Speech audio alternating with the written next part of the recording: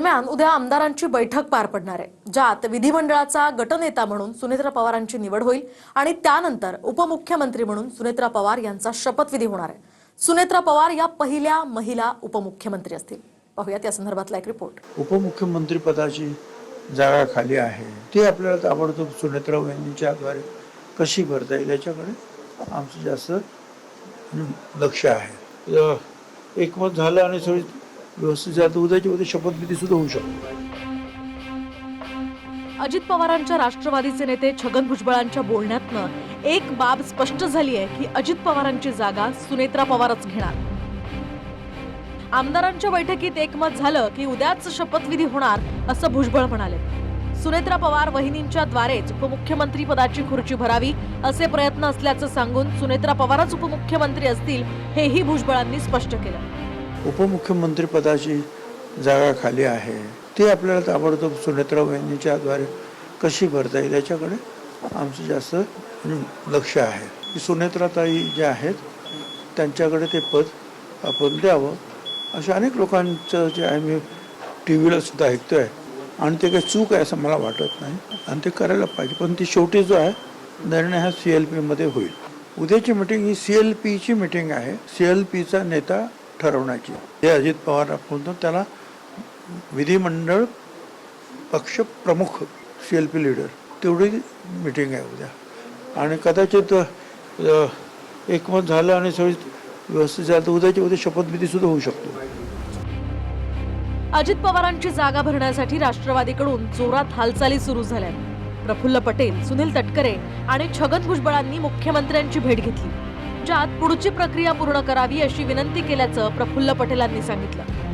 Main जे आहे विधिमंडळाची ती जागा जी आमची भरायची आहे ती प्रक्रिया आम्ही लवकरात लवकर पूर्ण करू इच्छितो। हे आम्ही मुख्यमंत्री महोदयांना आमच्या वतीनं सूचित करायला आलो की माझी पण भावना आणि आमच्या पक्षातल्या आणि जनतेची जी भावना आहे त्याचं अनुरूपच आमच्या योग्य निर्णय होणार आहे। सुनेत्रा पवार जी का नाम का कोई किसी को विरोध करने का सवाल ही नहीं आता है। उद्या मीटिंग घेऊन CLPचे सुनेत्राताईंचे जे आहे नाव आपण CLP लीडर म्हणून फायनल करायचं आणि स्वतः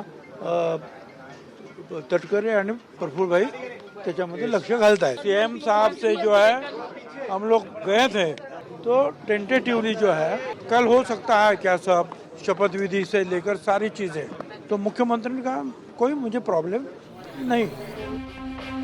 सुनेत्रा पवार राज्यसभेच्या खासदार आहेत, गेल्याच वर्षी त्या खासदार झाल्या। सुनेत्रा पवार या सामाजिक कार्यकर्त्या सुद्धा आहेत आणि शैक्षणिक प्रशासक सुद्धा आहेत। कार्यकर्त्यांची कामं करणं आणि त्यांना सांभाळण्याचा अनुभव सुनेत्रा पवार यांना आहे। अख्खा पवार कुटुंबात जोडलं गेल्यामुळे प्रसिद्ध शैक्षणिक संस्था विद्याप्रतिष्ठानच्या सुनेत्रा पवार विश्वस्त आहेत। अभियांत्रिकी, कायदा, जैवतंत्रज्ञान ते IT पर्यंतची महाविद्यालय ही विद्याप्रतिष्ठानच्या अंतर्गत येतात। अंत्यविधीपर्यंत कोणी कोणाबरोबर बोलत नव्हतं, पण अंत्यविधी झाल्यानंतर बाहेर येताना आता काय, ह्याच्या पुढं काय, अंत्यविधी करून चाललो आपण, आपलं काय होणार, दादाचं काय होणार, कुटुंबाचं काय होणार, मोठ्या साहेबांचं काय होणार, अशा पद्धतीने हळहळ तळमळ व्यक्त केली जात होती।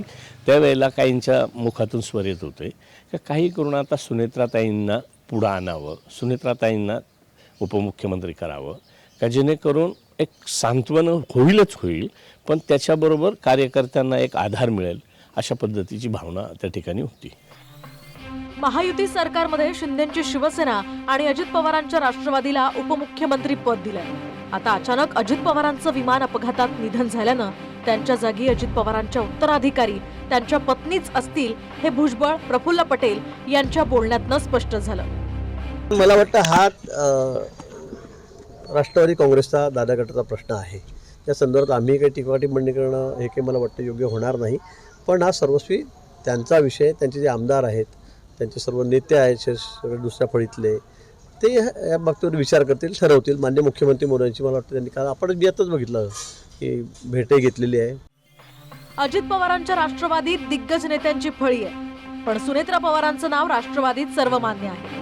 त्यामुळे इतर कुठल्याही पर्यायांचा विचार न करता सुनेत्रा पवारांच्याच नावावर मोहर लावण्याची तयारी पूर्ण झाली। विनायक डावरुंगसह bureau report TV9 Marathi, Mumbai.